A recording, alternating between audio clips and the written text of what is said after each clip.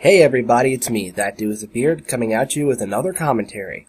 Well, since I am an avid fan of the Resident Evil series, I went and decided to go check out some reviews about Resident Evil 6. Problem is, I stumbled upon Stormzink's review, and my god is it bad. So join me as we crack open this wonderful bundle of joy known as his RE6 review. Great. Hello everybody. Before I get started, I am just going to skip the beginning portions because he does absolutely nothing but bitch and show off his generic and bland intro. Be thankful I'm giving you some brain cells. Let's get into the review for Resident Evil 6. But before I actually jump into the full review, remember I said large profanity in this review? That wasn't what you just seen. There's going to be more of it. GameSpot.com, and I'm not a type of person that likes to criticize other websites, especially professional websites, which goes to E3 and Comic-Con and all that. You know, far be it from me, a lonely little fat kid on YouTube, to criticize a major gaming review company. You know, but GameSpot.com, what the fuck are you smoking? A 4.5 out of 10? Resident Evil gets a 4.5. Resident Evil 6 gets 4.5 out of 10. Resident Evil 6.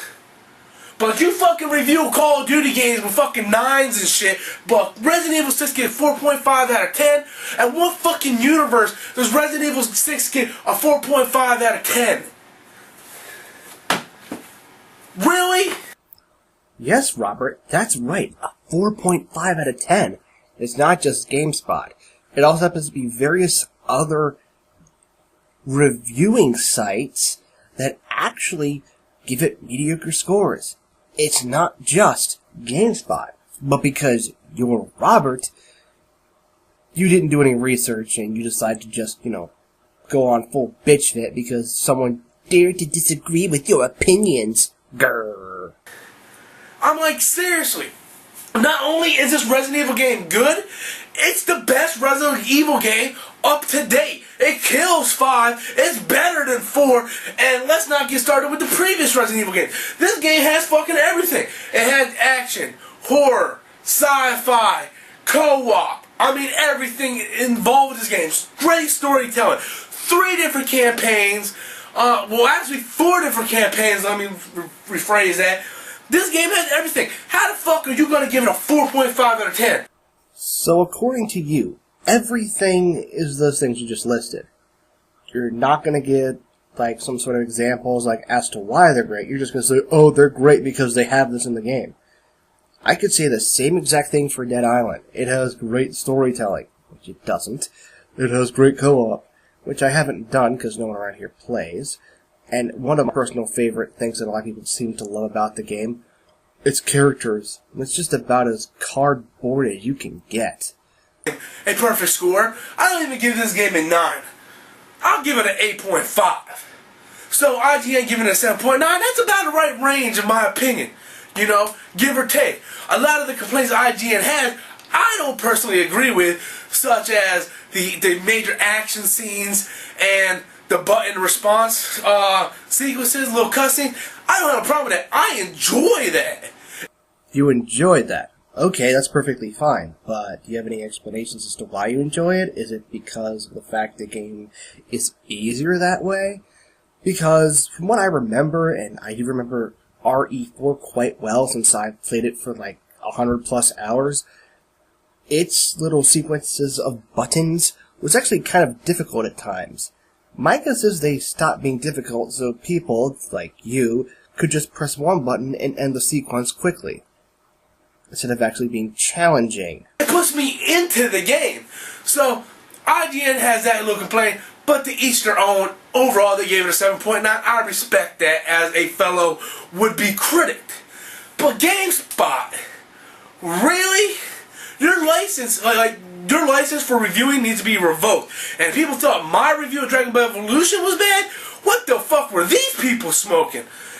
Wait, so you're aware that your Dragon Ball Evolution review was horrible, yet you're criticizing people for having their own opinions. Robert, there's a clear definition as to what hypocrisy is, and you've pretty much stamped on that and just said fuck you to it. You know? But overall, Resident Evil 6, I feel was better than 4, better than 5. One of my major complaints going into this game after playing a demo was how long was each campaign be? Because there's 3 different campaigns. Ada Wong will actually have her own campaign later, and I was worried that each campaign would be like 2 hours, and you had to play all 3 and it'll be one full campaign. That's not the fact. All 4 will make one giant campaign, which missing pieces will be brought into, together. Eventually, Sherry and Chris's campaign will intertwine with Leon, and it'll make one big overall story. But you can still play them separately and kind of know what's going on. Now, I did play Leon's campaign from front to from beginning to end perfectly. I did play that co-op with my brother, and that campaign lasted a pretty long time. If I had to give an exact estimate, I would have to say about 8 hours. But I also play on amateur, I play for fun. I don't play competitive, so I just went right through it. Hear that, folks? He plays it on amateur just to play it, to get right along through it. It's not like he was rushing it so he could review the game. Oh no, Robert decides that it's important to have quality in a review and to get to the point when reviewing, or not padding out his video to 10 minutes just to complain about shit that no one cares about. Interesting to play, you don't get tired of. By the end of Leon's campaign, I was a little upset that I had to fight this major villain like 8 different times. I mean, I had to kill this guy a bajillion times. It's like, what do you have to do to kill this motherfucker? Really, this guy would not live this long. And I didn't like the rope climbing. It took me forever to climb the damn rope. You gotta go L1, R1, L1, R1. You do it too fast, you're gonna fall. Do it too slow, you're gonna fall. You have to keep doing it, and you're doing it for a long time. And eventually your hands will just cramp up. But that's nitpicking. That has nothing to do with the actual game. Actually, Robert, yes it does. It actually has to do with the game. The problem is, you don't think it has to do with anything with the game because, oh my god, it's not about the generic, general overview that you usually do with your reviews. The way you're doing it now. Like, yeah, I like the story, I like the visuals, and I like everything else. But there are some problems I have, and You see what I'm trying to say, Storms Inc.? You have the potential to expand a score. I think I actually said it earlier in this review. I would give it an 8.5. Not as low as IGN gave it. Definitely not as low as GameSpot gave it. GameSpot, Jesus, I don't know what the fuck's wrong with you guys. You guys a bunch of idiots reviewing and stuff. But I give it an 8.5. I'm really happy with the game. Looking forward to keep playing it. See what's going on. I think it's leaps and bounds over Resident Evil 5. I really liked Resident Evil 4, but I think this game adds another dimension to it that wasn't in Resident Evil 4. But I really, really love Resident Evil 5. Besides the horrible cover that fucking Walmart put on there, you fucking dickheads. This game is actually a really fun game. Looking forward to playing through the rest of the campaign. I'm Storms Inc., and that's my opinion. And there we end it, folks. And what do I have to say about this review? Simple. Robert rushed it. All he cared about was getting his opinion in there before everyone else made a review about it.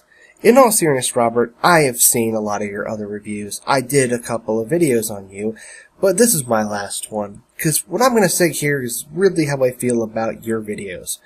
You're rushed, you're very lazy when it comes to pacing your videos, and overall, it feels like you just don't care anymore. I'm that dude with the beard, signing out.